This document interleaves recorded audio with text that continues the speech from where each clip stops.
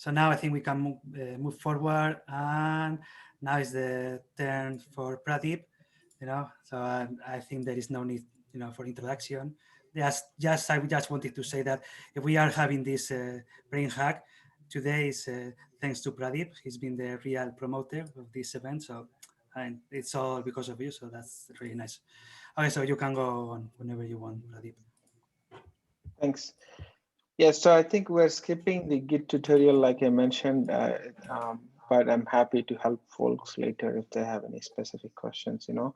There's many experts here too, so feel free to utilize their time and help.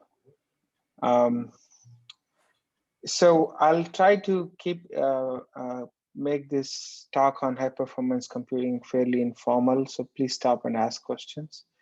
I'll try to speed up to make up some time. Hold on, let's go share screen.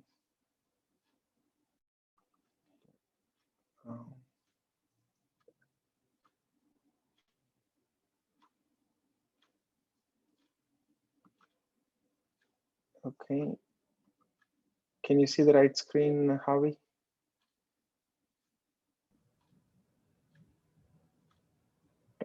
Harvey, can you see the right screen? Just Yes. yeah. Slides. Okay, great.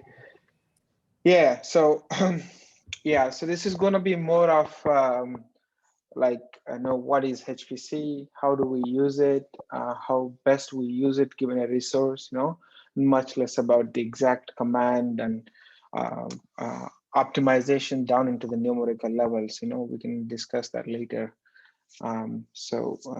Yeah. So essentially,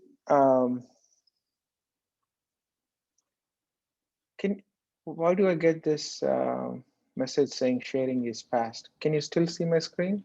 Yeah, but it's not moving. If you are moving it, it's not. I am moving. Okay, hold on. I'll figure some reason. Okay, stop share. In 2020, we still are dealing with these issues. Terrible. I'll try to share my entire screen to make it easy. Desktop one share. Sorry, everyone. Okay. Yeah. So essentially, I think, in my opinion, Hpc cluster is basically a batch processing tool. Although it's used in a very different and effective ways, it boils down to a large amount of batch processing, and you know what it is, it's self-explanatory, non-interactive, and because computers don't have to take breaks, they're much faster, So robotic, automated batch processing, so to say. Oops. Oh, come on. So just to give you an intuitive sense of what is HPC and what it is not. So it's basically a multi-user, shared, and smart batch processing system. That's what it is, So it dramatically improves the scale and size of processing one can do just by actually pulling together a consumer hardware, and it does it just with simply raw power and parallelization, and this is all thanks to low cost microprocessor and high speed networks and file systems, right? So what it is not is it can write code for you. Some people have this mistake assumption, or debug it, or speed it up, or even write for your paper. You can't do that. It's just a large data processing tool, right? Just I would say imagine a big bulldozer. That's how I would put it, to put it in one word, right? So there are three components of the HPC cluster. It starts with, well, this is the typical interface to HPC, which is your terminal on a Linux workstation. I would highly encourage you stick to Linux only, not use Windows if you can learn it. And the first component is the login node, head node, or scheduler, however they refer to it, which basically submits jobs to the cluster of computers. and also which actually takes the data and writes the data to a parallel file system and manages basically these jobs and data together for you. Really, this is it. If you never heard of it, this is all you need to know to be able to go there and submit jobs, so to say. You log in, you specify a job, and data gets sent to your file system. You download them back, right? So yeah. To answer one question I often get is, is it a big supercomputer? No, they're different things. In my opinion, supercomputer is one large computer with massive amount of resources, whereas HPC is actually a cluster of computers, right? By when by high in high performance computing, we actually mean large amount of performance, you know. So not the supercomputers we talk about in the news media when talking about teraflops and whatnot, you know. So the obvious benefits of HPC cluster is it's actually very cost effective, especially when shared among multiple users and academics, especially at a national scale as Canada does. Whereas if a supercomputer is a single thing, it can be a problem if it fails. Uh, HPC is much easier to manage and it's highly scalable. You can always add, remove, and modify as you need. Because it's a shared multi-tenant stuff, it has much higher utilization and like I said, can be expanded or shrunk as needed. Um, so there are large number of scientific fields employed for various types of various reasons, you know. The complexity and the size varies in different dimensions for different fields. And for our field, actually neuroscience is not that big of a demanding field for HPC, for say, compared to many other fields who actually really test the extremes of HPC capabilities. So it's growing. I think more and more people will use it. In fact, what they call cloud computing is really HPC and the cloud in a way. Just to go through a browser and it's automated and easier, much easier to use in some senses. So just give you some actual pictures of what a cluster looks like. You know, this is one in Canada. Uh, just massive number of racks. Maybe Sean in the next talk will also show the Pittsburgh Supercomputing Center right here in Pittsburgh. And I'm just a huge fan of looking at these file systems and server racks, and it just makes me happy. So I'm giving you a lot of pictures, you know, and also how they organize all these network capabilities, just beautiful to me, you know. So just a few more beautiful pictures. All right. So now you have a sense of what's happening behind. It'll give you a bit more insight into what each of these components of the HPC cluster does. The head node or the scheduler we talked about, its primary job is to allocate jobs to the nodes. They're basically time on resources available based on your request, applies priorities to them depending on which queue you use, how much privilege you have in the cluster based on the policies that are being implemented and your previous usage. Then it enforces them to make sure that basically, like if you only ask for 4 gigs and your job takes, let's say, 10 gigs, it kills them basically to try ensure that it doesn't crash other jobs on the same computer, and tries to coordinate everything in terms of accounting. You know, if people are paying money and there are limits on their usage, it coordinates it. It's often you have different queues in terms of some jobs need higher memory, lot higher memory, but some jobs are much longer. So to maximize the use of the resources, they have different partitions as queues in common setups. Yeah, it can be customized for each institute or lab as needed. and often manages dependencies too in terms of when you submit jobs. You can also specify what type of setup you need. So the cluster, the second component I talked about, is job is just being really obedient to the scheduler, receives jobs, crunches them, and then once in a while take a break in terms of basically retooling or cleaning up, really, right? So you don't need to know too much about that.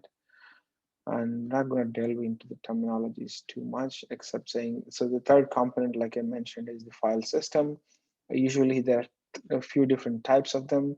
One is the default one is what you call a slash home, where you store your, let's say, your configurations, setups, and profiles, and a scratch space where you can temporarily dump a large amount of data, uh, because usually people employ many pipelines and they produce large amount of intermediate data that they don't need to, they need them then, but they don't need to actually save it for their results or analyses, which is what Scratch is used for.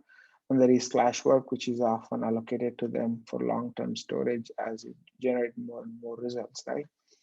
So often these are very advanced file systems providing very high speed read and write operations, and also being able to handle large amount of concurrent access.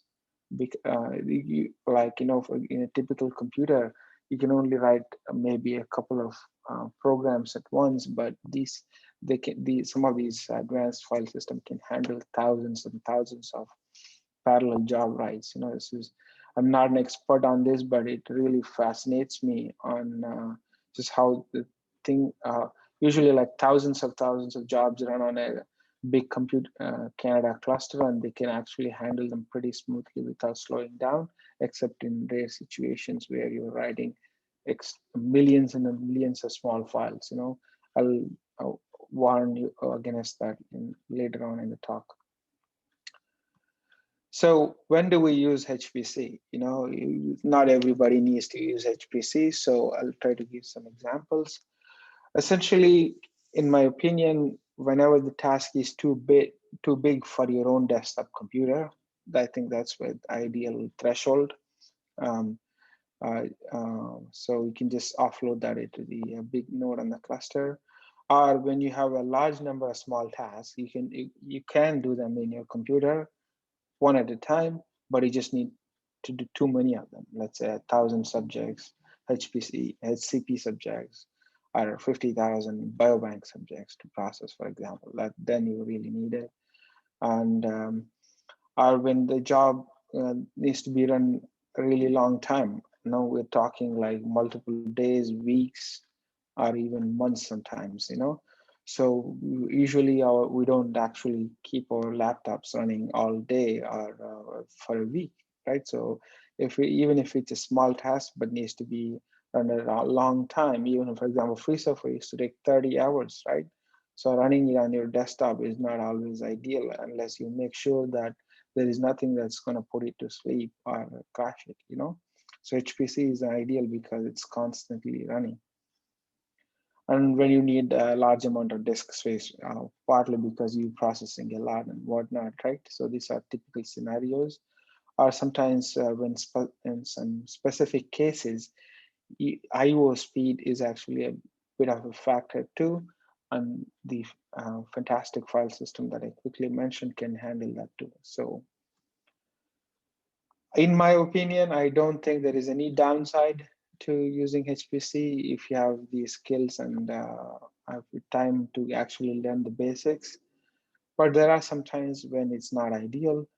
So essentially, the decision, in my opinion, boils down to various factors involved in your particular project and particular type of pipelines and data and your environment you work in, for example.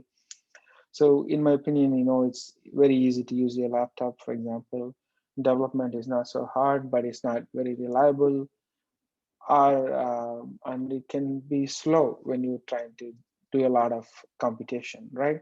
So whereas if you compare it to your HPC cluster, it may be slightly harder to use, but it's a lot more reliable, and you can actually cut down on time as you scale. Development effort is actually similar. So basically, if you're asking me, should I use HPC? I basically advise you to think about these different amounts of effort you put into these aspects, not just like to get your first results, but in the full cycle of your project. They can be anywhere from 6 months to a couple of years, depending on how many revisions or how much optimization you may have to make, right? So uh, compute some kind of weighted sum of these different type of aspects in the full cycle, and think about which one actually is more effective for you. I would say typically uh, HPC always wins, unless in like some special cases, right? So when do you avoid HPC? Basically when you need to interact multiple steps of the processing, or when visualization is a huge part, as in at different steps, or when you're doing something very exploratory and experimental and new, and when you're still improving the algorithm in terms of small steps. Can do some things on 5-10 subjects and get a sense of where to if make the algorithm more efficient or more accurate, right? So when you are still debugging and profiling, you don't need to process 100 things every time. You can do small scale locally before you actually put it, because that is to save money also, sometimes because you're using up your allocations. But it's not always the case, because some of the pipelines are designed in such a way that you cannot always actually test them locally. So then you need to use it. So you can, just to be clear, you can interact with nodes by requesting an interactive job on HPC cluster. You can do some sort of visualizations too, but it's not as easy as just firing it up on your local setup, right? Um, yeah, any questions so far before I jump into more details?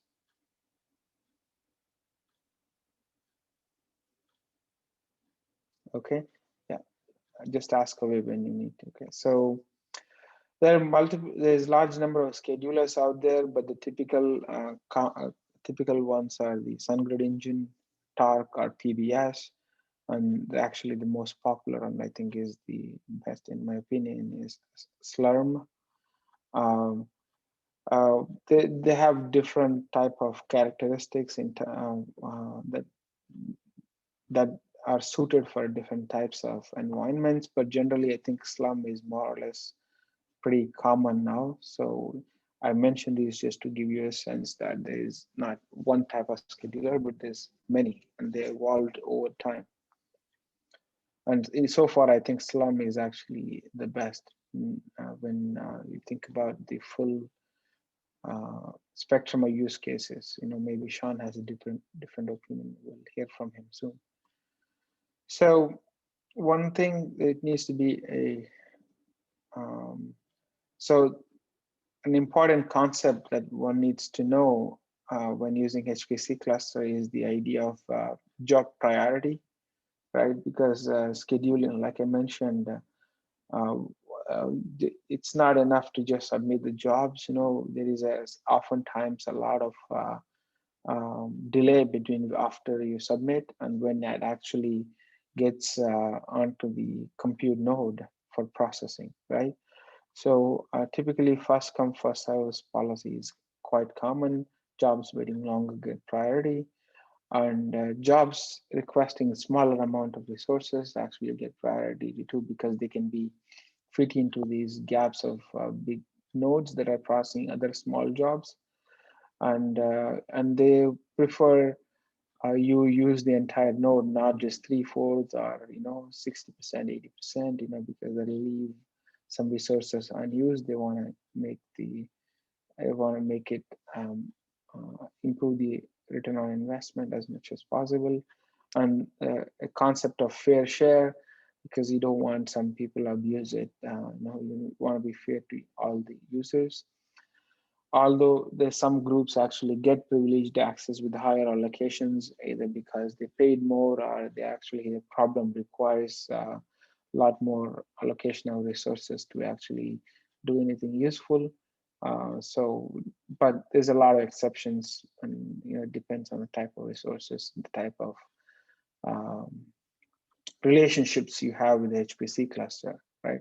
So, I mean, I'm quite familiar with the Compute Canada setup, but I think in the US, it's a very different thing. So you probably have to pay a lot more and you have to work it out sometimes with NIH. Maybe I think Sean probably will give us some idea into that in the next talk. I will tell you that it can not cost you anything, but I'll tell you about that in a little bit. Yes. Music to my ears, Sean. Thank you.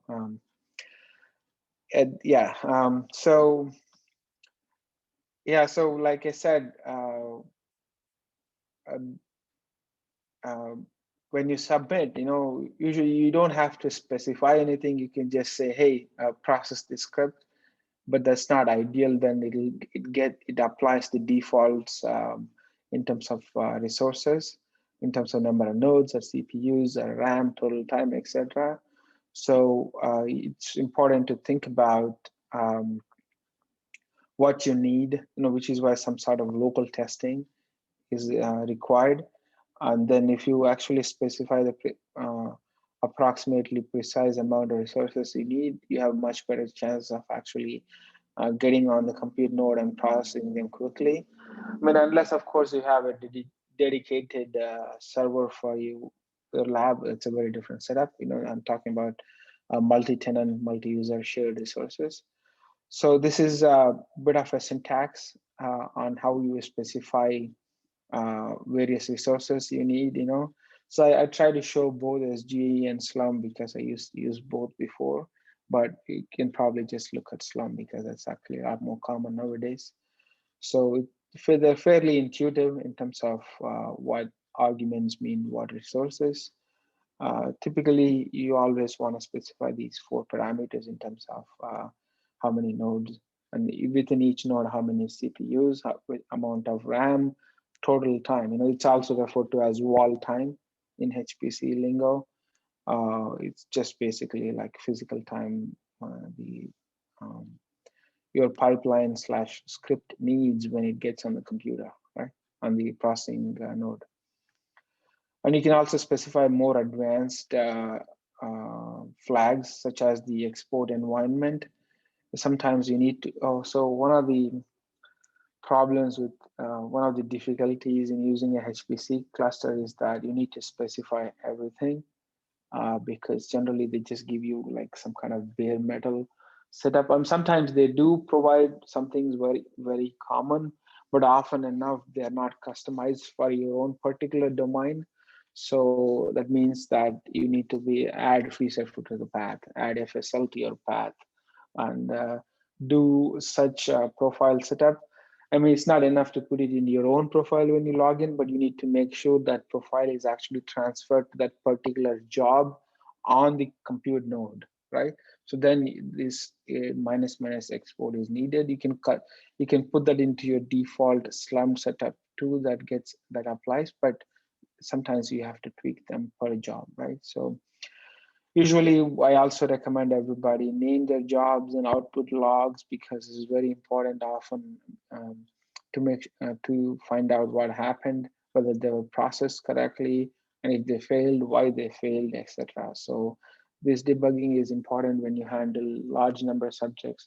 Think of 1,000 HCP or 20,000 biobank. Things are going to fail at the scale, and you want to make sure you want to know why, and you want to know if it's going to happen again, what you can ignore, etc. Right? There's a lot. Oftentimes you have to ignore warnings too, but you need to know what those warnings are. That means you need to capture everything coming out of your job, right?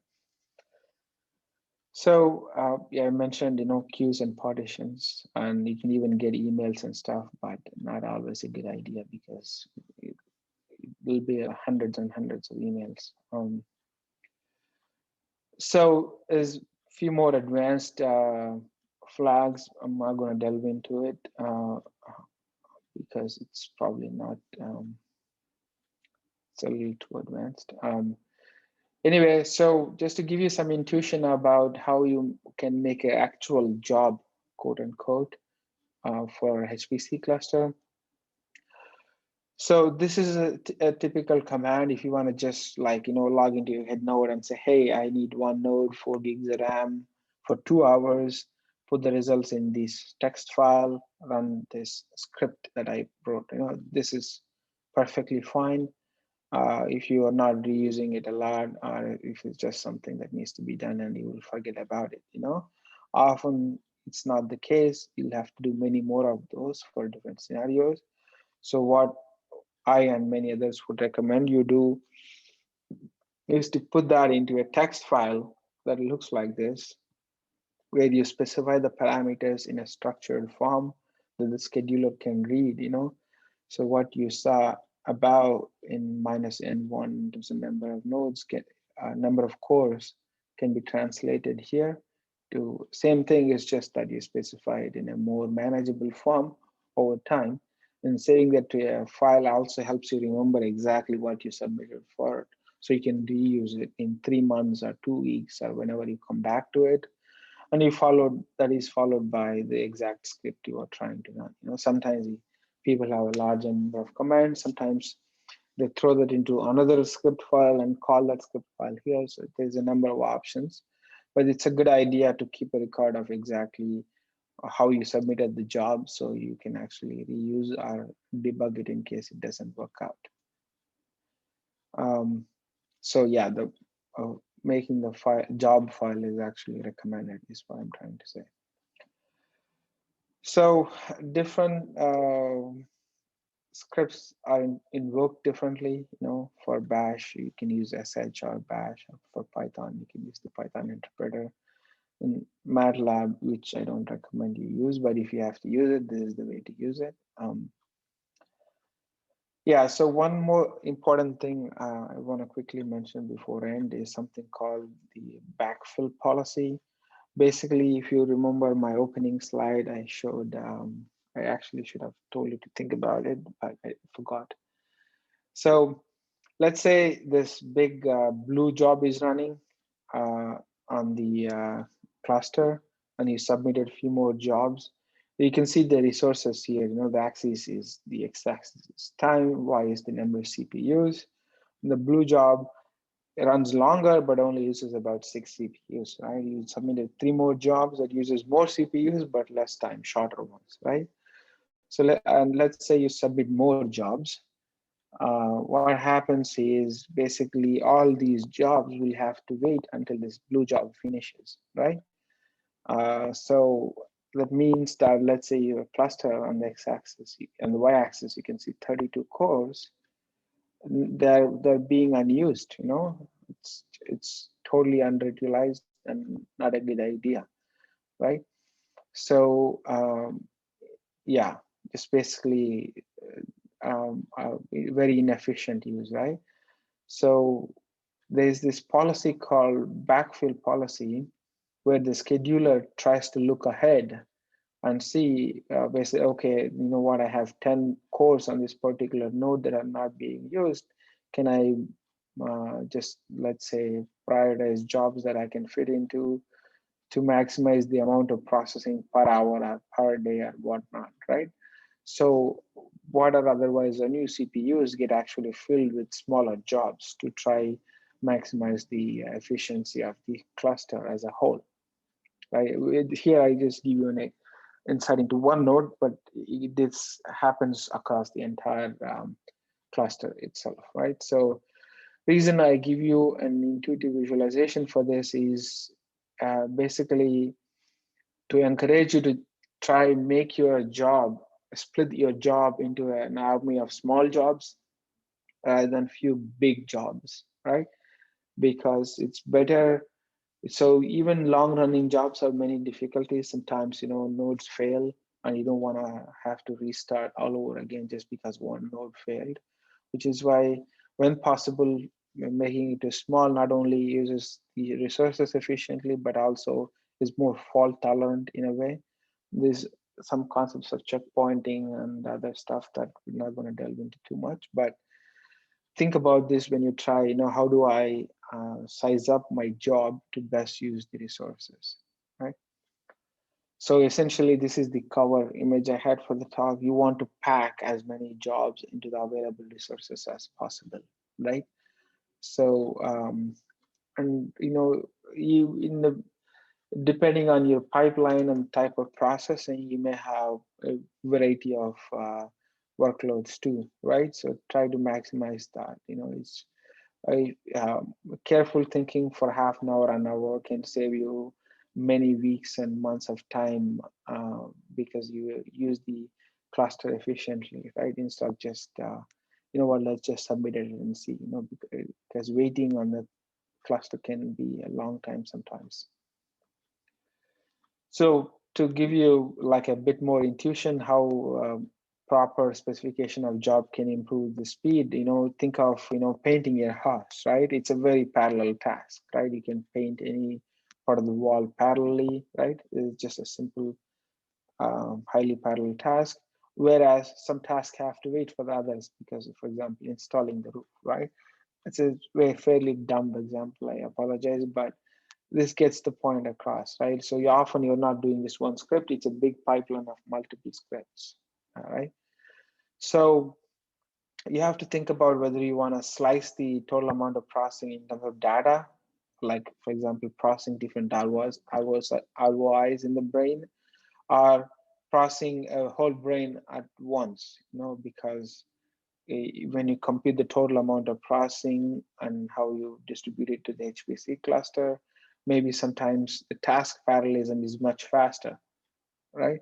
Especially if you take into account maybe more algorithmically and software wise, it's difficult to do data parallelism because maybe you don't have the tools, etc. Right? So think through the whole pipeline and whole amount of analyses before deciding on what you want to parallelize and how you want to gather the results, right? Because that can actually dramatically save you time and you can make progress quickly. So a bit more intuition into basically, let's say this is your pipeline. The green part is parallelizable, task A, whereas the red task B is not. It is sequential. FreeSurfer is actually a good example if you look into the number of steps that go into FreeSurfer before it produces the final result, right? So if you just optimize B, you don't get much actually what you call speed up. Whereas if you speed up A with parallelization or whatnot, you can dramatically reduce this total amount of time, right? So you have to think about these in terms of big data processing and HPC cluster. But there's a caveat, there are limits on speed up, depending on how parallelizable for the current pipeline is. When the whole pipeline is parallelizable with, for example, the green curve, we can actually speed up quite a bit just by parallelizing. But sometimes the amount of parallelizability is little. For example, the cyan one, 50% here. You don't see much improvement after 16 cores, right? So there are limits. You can't just throw more computers on the dramatically make it happen in an instant. So any questions so far before I give into some advice?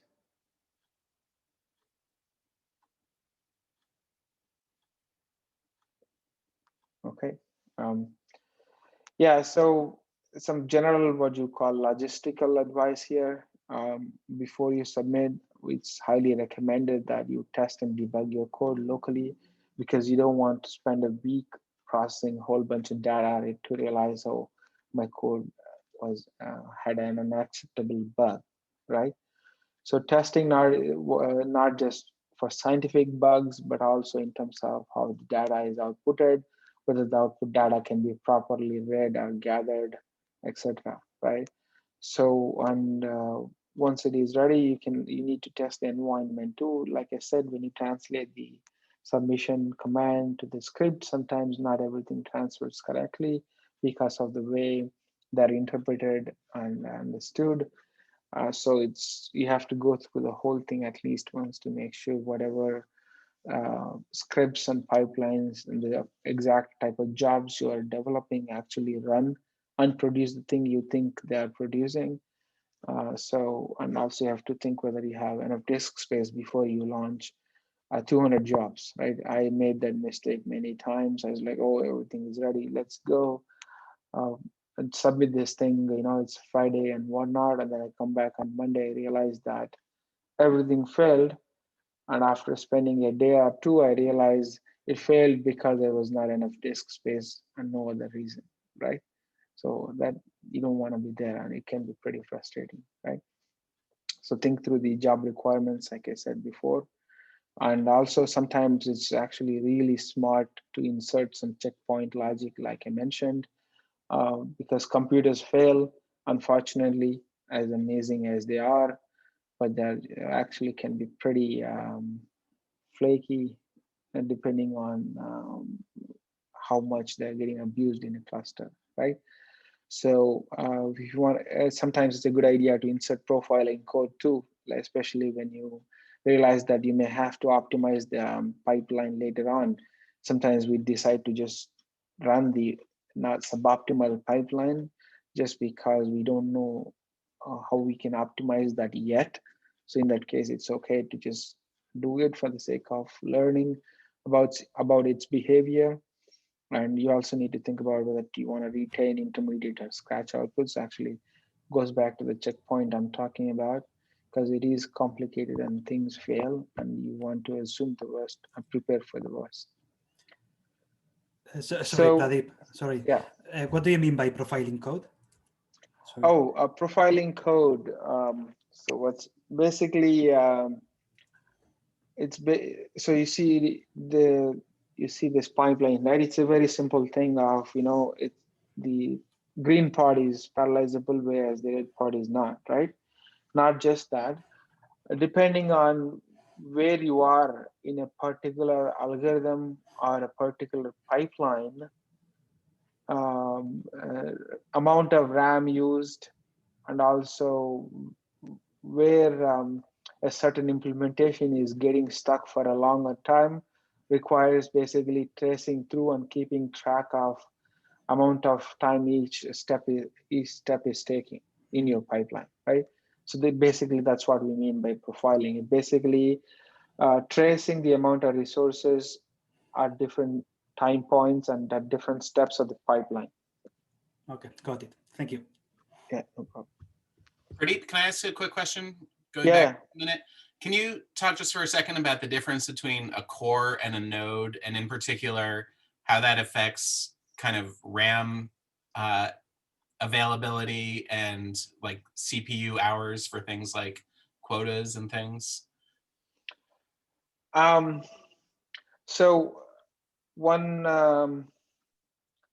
the difference between code and node basically is as simple as just physical meaning, I'm trying to bring up, maybe I don't have the right visualization here.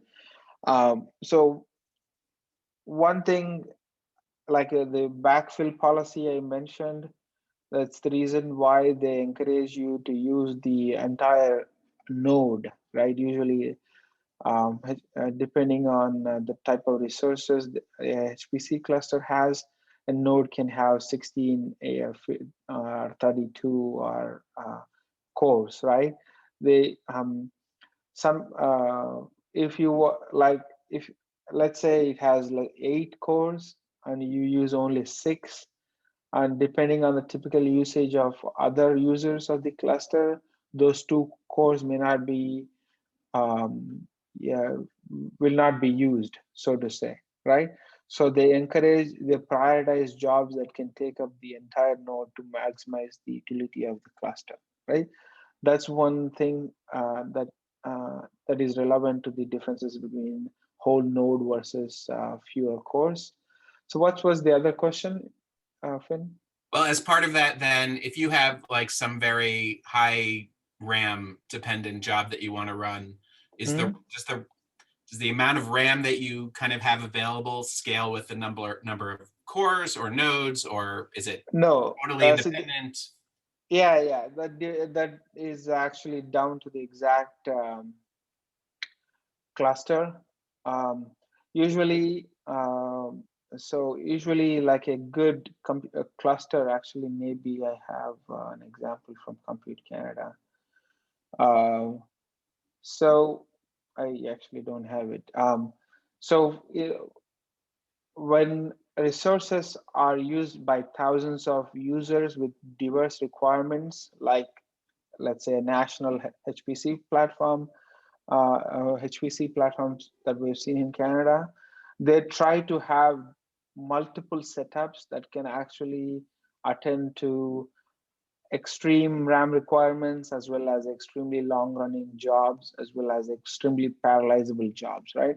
For example, in Canada, there is a cluster called Niagara that can accommodate jobs which require over 1,000 parallel cores, right? They specifically bought it to actually to help with, I think, certain particle physics, as well as geoscience research, right? And there are some setups which can accommodate a terabyte of RAM too. So it really depends on what kind of hardware the sysadmins, in consultation with their potential users and the funding agencies they are supported by, right? So there is no clear answer. Perhaps Sean can jump in and give some answer regarding the Pittsburgh Supercomputing Center.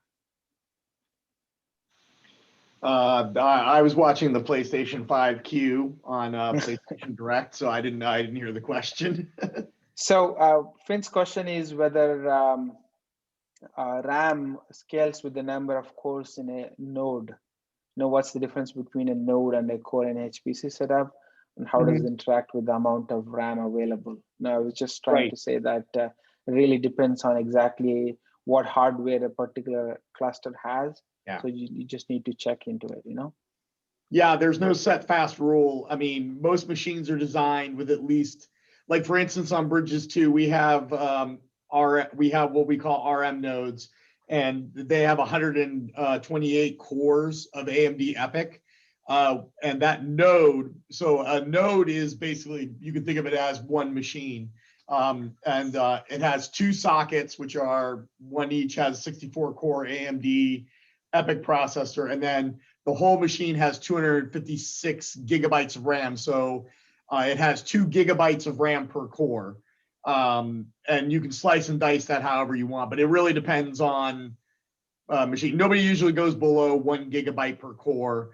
Usually the target range is 2 to 4 gigabytes per core.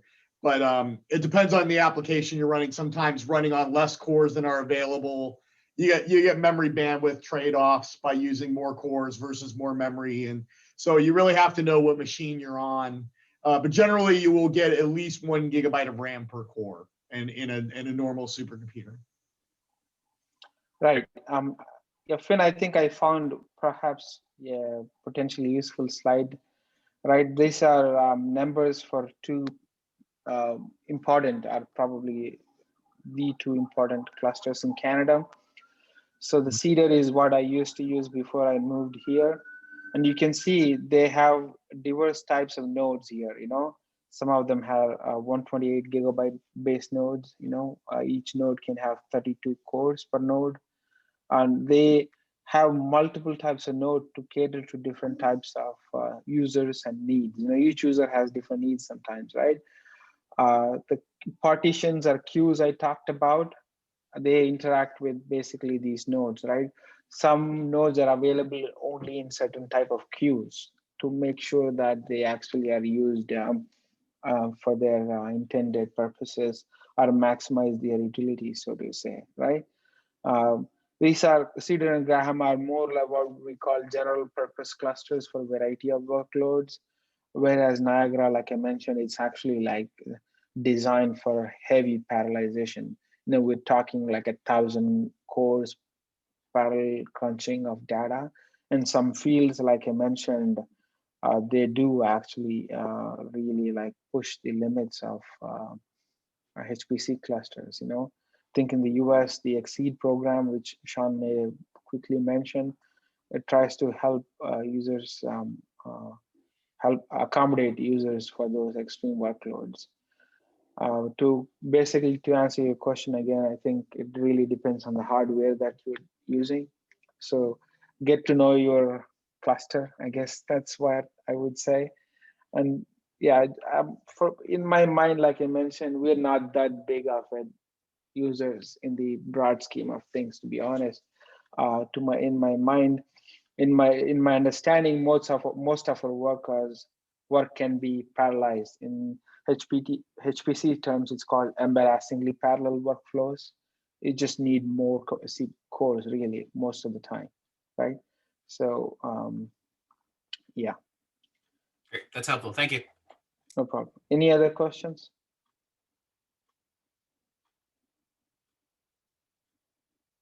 Okay.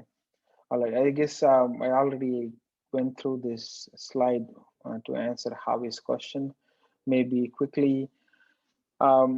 So profile your job. What do you mean? There's a number of ways to do that depending on your requirement. There is in the Linux setup, you have top free to measure basically. Oh, well, you can log into that particular compute node and see like how much your job is using in terms of RAM and virtual RAM, etc. And nowadays for Python jobs, etc., there is plugins to the IDEs you're using to develop your script/library. So you don't need to even go to the cluster. You can just like say, hey, I'm going to profile this, and then click a button. It runs it for you and gives you a detailed report of where the process was stuck for much longer and why. Often gives you a very nice DAG, directed acyclic graph, in terms of callbacks and highlight the areas where it is stuck, right? So it's actually pretty easy for when you use Python or C++, the stuff. It gets more complicated with Bash and other, not so great languages like MATLAB, but yeah. Often explicit profiling is not necessary, so you know your job already because during development, you know what you're putting in and whatnot, but sometimes when you integrate it, it's not always easy to get it. It helps to actually profile it. So check the file sizes. Like I said, they have tons of space, but tons of people are also using them. So you don't want to be a victim of someone else. Always make sure your quota has enough space for what you're trying to produce. And if you're unable to profile your job on your desktop because of its huge requirements in terms of RAM and CPU whatnot, request an interactive job, and that actually works like your local desktop, except it's on the cluster. And it's actually I think a fantastic functionality of HPC cluster, because it frees up, it saves a lot of time, a lot of money for the lab, so to say, right? So in that case, you need to think about whether you need a display to check your results or whatnot. But it's, for students, it's a fantastic exercise, in my opinion, because these are very employable skills in the industry, right? So it may be painful to learn them, but these are very employable even after your PhD, right? So during execution, you want to check on the status, jobs failed, you want to understand why they failed. So moving the job from laptop to HPC cluster can have a number of unexpected reasons, right? So the first time it can be painful, but it gets much easier and faster later, So like I said, checkpointing is important.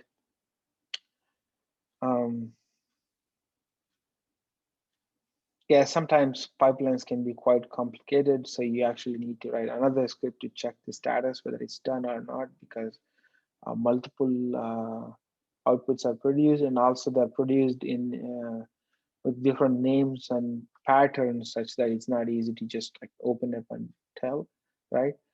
But that's the trouble with doing big data processing. It increases the scale, but also it increases the complexity in checking the status or fixing them as you go through. But it's only the first time that's hard, then it gets much easier. So after execution, always double check everything, right? And don't just assume that things are okay because no, the program did not fail. We talked about profiling, and profiling helps because then you can try if they only used 4 gigs and you supplied 8 gigs, then it could actually reduce the amount of waiting time because you profiled better, right? So this is a summary of all the advice I made in a easy to refer to form when you attempt it next time. And also, like I said, don't create too many small files. It's a big pain for system admins as well as the file system, and for you because then IO is slow. RAM within RAM processing is fast, and IO to the file system is much slower, especially when you're dealing with very small files because the way file system is formatted in terms of amount of individual sectors and small blocks, small files is a terrible idea, right? So try avoid that. Yeah, so try doing regular cleanups. That helps you because if you go over, your data may not get backed up, which is not a good thing. And avoid spaces in file names as a reminder. Never use spaces, even on your local desktop. Yeah, so like I said, some of these steps can be painful the first time, but once you get there, it's get really fast once you get used to it. So I think we're running really slow. I'm going to skip some of these. Yeah. Okay.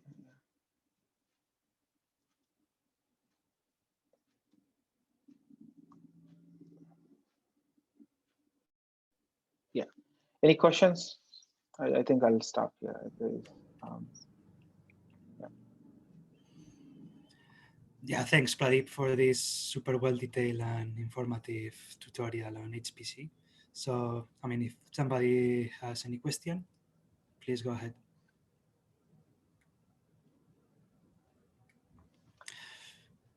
Okay, so if not, we'll move to, yeah, we can pass